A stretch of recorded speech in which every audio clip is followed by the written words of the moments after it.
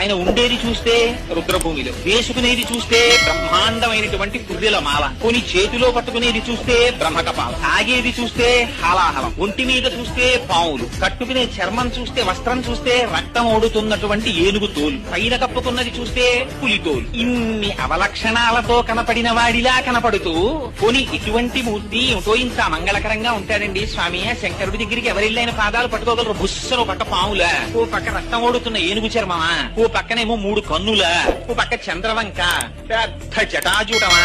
ఏమందం ఉందండి శంకరుడికి. అదే మా స్వామి శ్రీ మహావిష్ణువు. మేఘశ్యామం పీతకౌసేయ వాసం శ్రీవత్సాంకం కౌస్తుభోద్భాసితాంగం పుణ్యోపేతం పుండరీకాయతాక్షం విష్ణుం వందే సర్వలోకైకనాథం. అంత అందగాడు కదా.